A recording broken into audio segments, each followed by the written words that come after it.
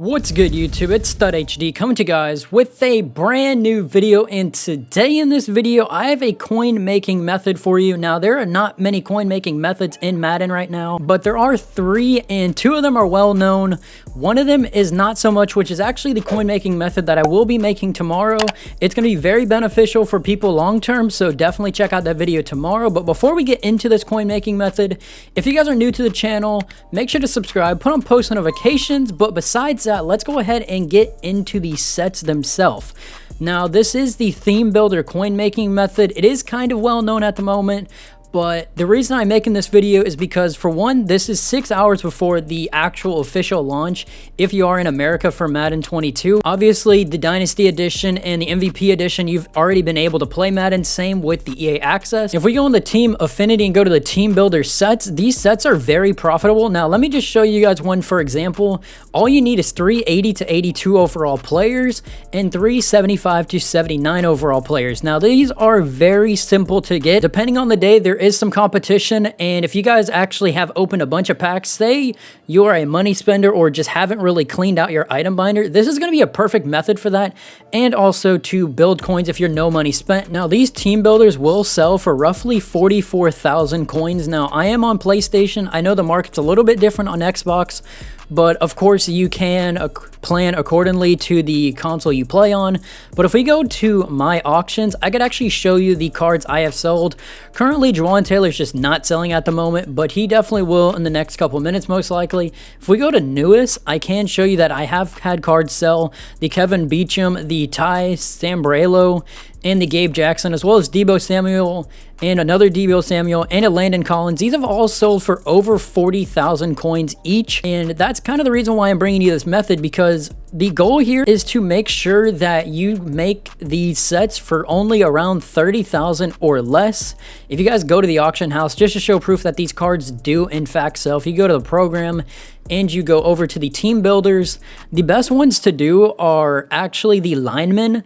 A lot of the times, I mean, you can see the wide receivers are showing up right now, and they are actually kind of cheap, which is kind of a downside. But if you go to wide receiver, as you can see, 32,000, not really profitable depending on how much you actually buy the cards for. Like I said, you want to build it for 30,000 or less, and I'll get into all the math behind this. Left tackle's 39,000, probably wouldn't do him. The left guards, right guards, the centers, they'll all usually sell for quite a bit. Xavier is going for quite a bit. The Andres Pete, Gabe Jackson, they're all selling for over 40,000 coins. If you go to right tackle and go to the Juwan Taylor, which mine is here, and the Ty as well, all going for 40,000. You can put it up for an hour, and I guarantee you they will sell 100% of the time. But let's go ahead and get into the math behind this, because if you make the set for 30,000 coins or less, you will make 9 to 10,000 per set, bare minimum, no matter what. Now, here's the goal here. If you go over to the 81, this is most likely where you want to be. The 82s most likely would take a little bit harder to snipe. As you can see, they're going for roughly 12,000. Now, this is completely unfiltered. If we go to wide receiver, a perfect buy right now is actually the Brandon Cooks. He's 9,900. You can make that buy, but the goal would be to buy the 3 elites for 8,500 each. That would cost you 25,500 coins, and that is going to be bare minimum no matter what. Now, of course, you can buy them more expensive as long as you get the golds cheaper, or if you have golds in your item binder, this actually makes it a lot easier. Now, I have found that wide receivers, running backs, quarterback, strong safety, and cornerbacks have been the go-to. Punters have actually been okay as well. Usually somebody will throw a punter out for cheap. They're going for roughly 10,000, 11,000. If you can get it down to like 8,500 to 9,000, that is definitely one of the buys, at least on PlayStation. Obviously, plan accordingly to your console. But the golds, as you can see, are going for roughly 2,100. Now, if we go to completely unfiltered, because that was just the kickers themselves, they're kind of expensive. So, of course, you want to filter down. Most likely, maybe halfback, wide receiver. They're definitely going to go for a little bit cheaper if we go to core gold. So, depending on the day on the core golds, you will be able to find these snipes. I mean, they're gold cards. They're going to come in abundance. I mean, look, a 1,900 coin card. Now, the golds you want to buy for 1,500 or less. Like I said, if you have them in your item binder, go ahead and just throw them in the set.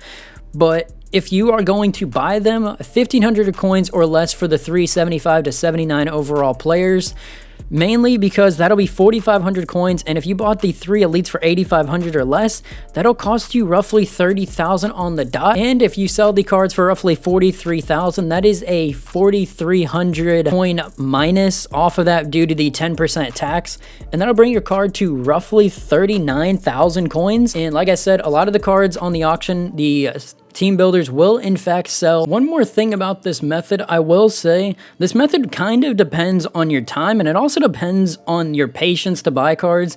Like I said, you could buy cards for more expensive. I mean, you could buy the elites at 9,500 as long as you get gold for cheap. If you actually do sell at night, cards generally are more expensive. So you could keep that in mind. If you guys snipe cards in the morning, cards are a little bit cheaper. If you sell them at night, that is actually one of the better tips to have with this method. But with that being said, guys, this is how you could make hundreds and thousands of coins per day and even per hour, depending on how quick cards are being sold.